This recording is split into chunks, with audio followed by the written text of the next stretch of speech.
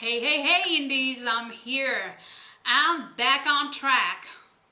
Anyway, I'm trying to have a decent hair today because I've been watching my own videos and my hair gets worse and worse in each video. I hope this time it's a little bit better.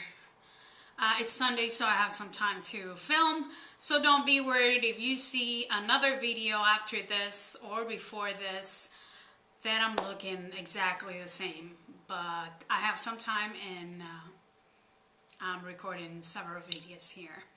Today I'm here to talk about collaborations. There are different kinds of collaborations, singers with songwriters, producers with songwriters, musicians with singers, rappers with singers, and a whole bunch of other mismatch, I don't know how you say it. Anyway, you understand me. I'm a Spaniard. I speak a little weird.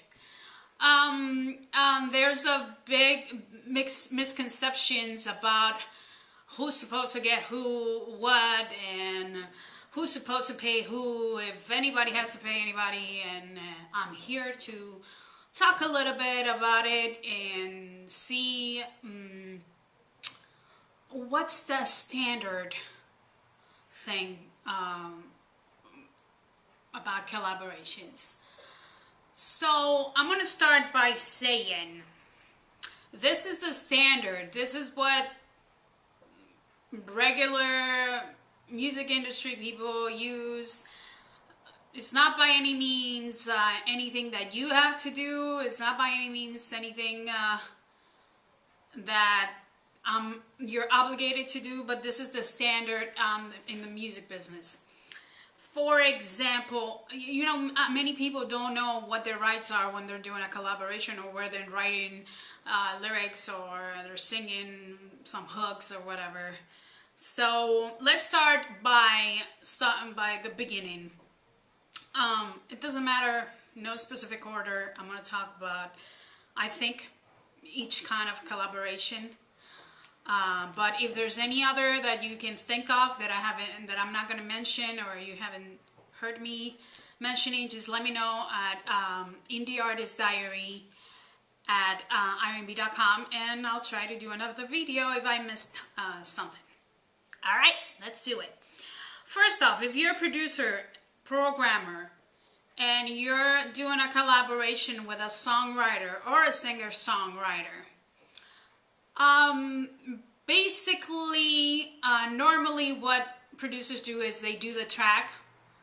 Well, programmers, they do the track, because producers are something different, you know. Now we have a mismatch of producers and programmers. A programmer will do a track, and a singer or rapper or whatever comes, and that was my phone, no problem, and writes lyrics or raps over it or whatever. Normally, okay, if the musician programmer does the track and you do lyrics and melody, if you think about it, it should be more like a 75-25 on the performance rights, right? Well, that's not the standard. Normally, what we do, me as a songwriter, singer-songwriter, we split it 50-50. It's 50 the producer or programmer, and 50, in this case me, if I write the lyrics and do the melody. It's just so we get to an agreement. However, if you think you deserve more than 50% because you've done the melody or whatever, all of this has to be talked about before you launch this song or whatever. Let's avoid problems on the future. If you guys get to the there and you collaborate, you do a song together, I would recommend for you to talk about it. Okay, so how much you think you've contributed to this song? How much you think? I mean, let's talk about it. Let's be people. Let's be good and talk about it. You know, sometimes producers make make a lot of work a lot, and programmers work a lot, and they come up with a melody, and you know, and you might think they're entitled to more, or in the other way around with a songwriter or a singer. You know, it's all about talking about it. Standard, if programmer does the track, singer, songwriter, or songwriter only does music, melody and lyrics, it's 50-50. Next, a singer and a producer. Let's say you're only a singer, and you have a programmer, producer produce you, or program something for you and produce you. Now this is a very regular thing that happens with singers and programmers, producers. If he didn't get paid, just so you know, I already talked about this on my episode 3, so if you want to go and check it out, go check it out.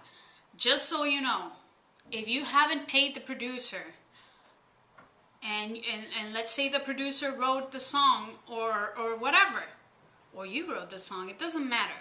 If you didn't pay the producer, he's on his right to put any price that he wants for those masters, for those master recordings, or that specific song, for you to use that song.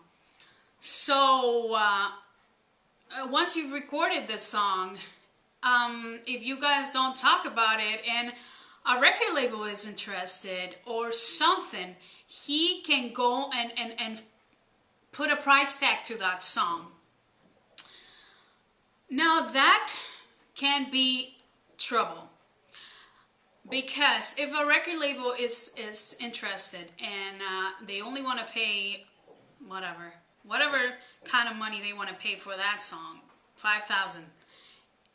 I'm just gonna put a number, $5,000, and then the producer says, no, my work is worth much more than $5,000. It's worth $10,000. Then you are pretty much you are there and you cannot do anything. You know, I'm not gonna say any bad word, but you know what I mean. You cannot do anything because you went to his studio and he programmed this song, he produced you. He can't put any number on it. So what I recommend, if you're gonna do a collaboration, to talk about it first. Come up with a little contract. Either you pay the producer, or you agree to, if a record label or somebody is interested, that you guys are gonna split it 50-50, whatever you get from it, or that you're gonna be in that the producer is gonna get paid at least whatever he's asking for. Talk about it. In anything you've talked, please put it on a writing contract. It doesn't have to be even a big contract. Just a paper that states, if a record label gets interested, this is the price that I have. Or just pay the producer. You know? Just pay the producer, pay the programmer. You're gonna be, it can cost you some money, but the problems that you're gonna have after, if you don't pay them, is gonna be a mess. You know? So everything is common sense. Just talk about it. Talk to the people and talk business. Don't be scared to talk business with people. And if they're not ready for it, then maybe you shouldn't be doing a collaboration with them. Maybe they're not ready for it. All right. Singers. Singer with another singer, or singer with a rapper. It's kind of like the same.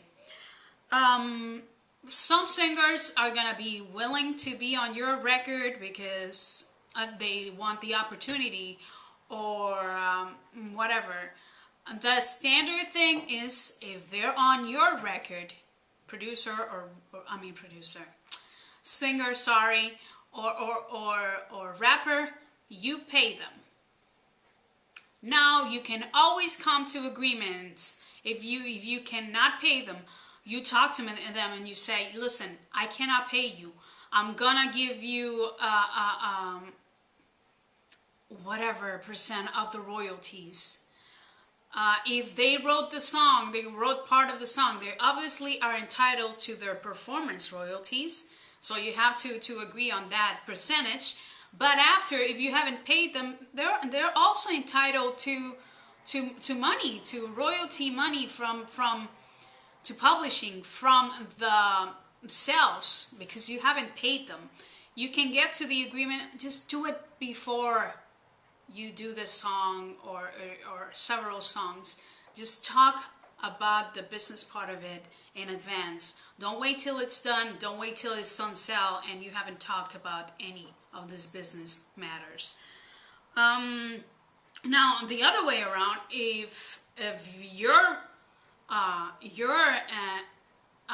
performing, if you're singing or rapping on another person's CD or album, they have to pay you. So let's say I go and sing on another person's album. I'm entitled to payment. Obviously, I can talk to you. I can see if I'm interested, if it's a good thing for me to be on your record and not get paid and maybe get paid later on the sales or something. Again, I would have, or you, if you're a singer or rapper, you would have to talk about it before with the artist or record label or whoever. Get to an agreement. It's pretty standard, pretty easy, pretty common sense. You just talk things before and write it down, because words are words and they fly.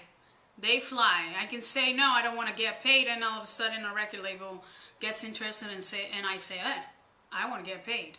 You know what I mean? If I just said it, you got no witnesses and words just fly. Unless you have a recording or something of me saying that, words just fly away.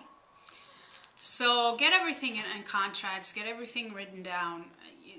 The headaches you're gonna avoid are immense. You don't think about it right now, but think about it.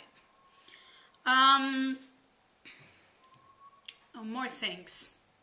How to choose somebody to do a collaboration with. Well, obviously, it has to make sense. I'm an R&B artist. I'm not going to do a collaboration with, I don't know, pop rock or a heavy metal record. It has to make sense. If I'm R&B, I'm only going to do a collaboration with somebody that does R&B or that sounds good with R&B, like a rapper.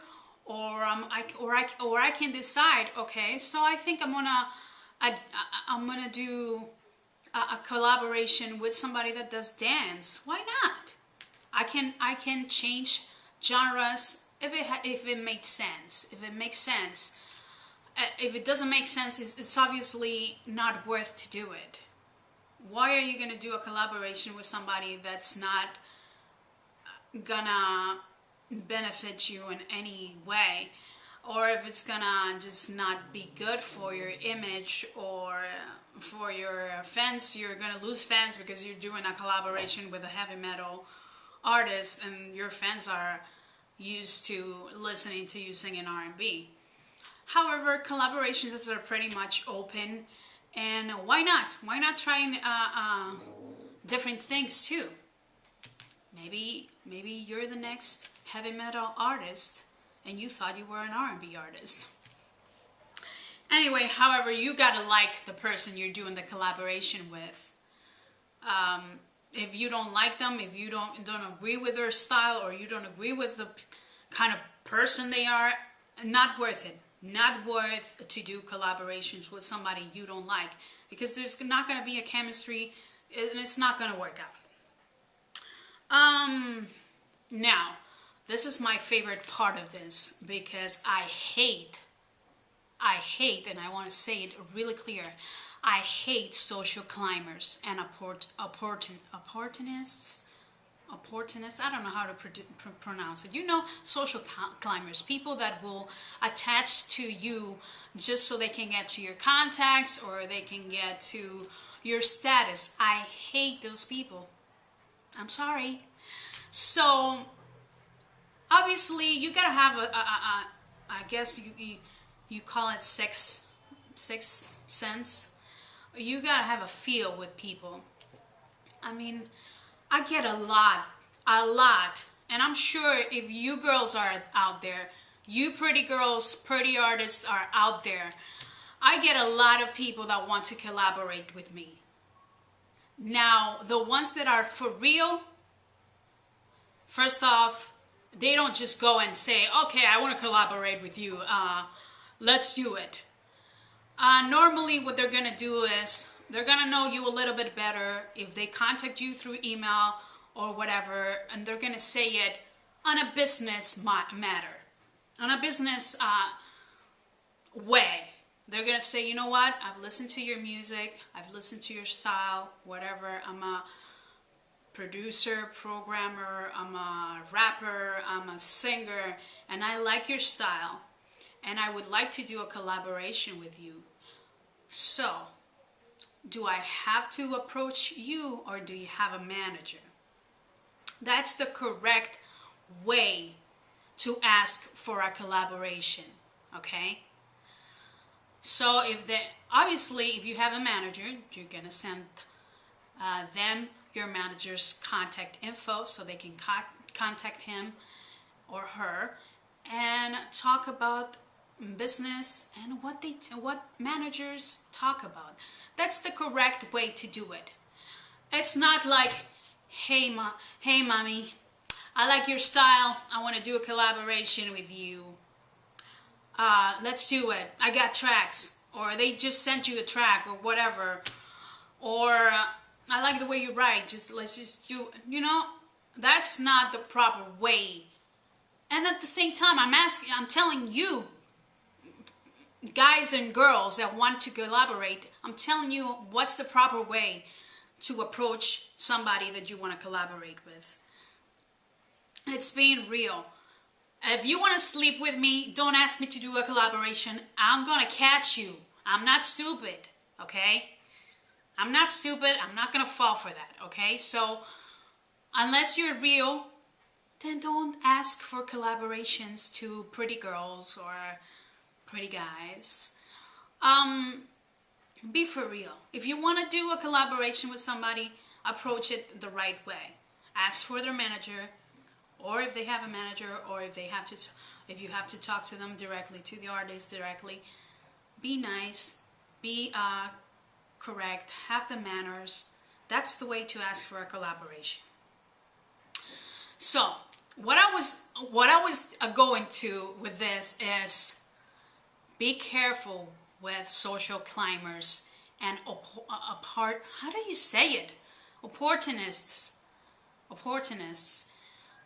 People that want the opportunity to do a collaboration with you just because you're on a, let's say, level that they're not at, or because of who you are, or because they want to get to your contacts, or they want to get to your producer, or they want to be produced by your producer. I mean, I've had them all. I've had really good collaborations, and then I've had people that just want to get to, in my case, Frankie Biggs, or they want to just take advantage of my promotion, or things like that. Be aware of social climbers. So be careful. If it doesn't feel right, it ain't right, okay? So be aware of that. At the same time, because I know some of you are, you don't become a social climber or an opportunist, somebody that just wants to collaborate with somebody just because they have the producer that you want and you cannot afford him, just because they're famous, or they're on a higher level than you are, don't be an opportunist, you know. Choose the people that you want to collaborate with because you like what they do and because that's the way you want to do it. Don't do it just because they're famous or all those non-cool ways of trying to get to somebody. This is my advice to artists. I think if you want to collaborate with somebody, you can have great things going.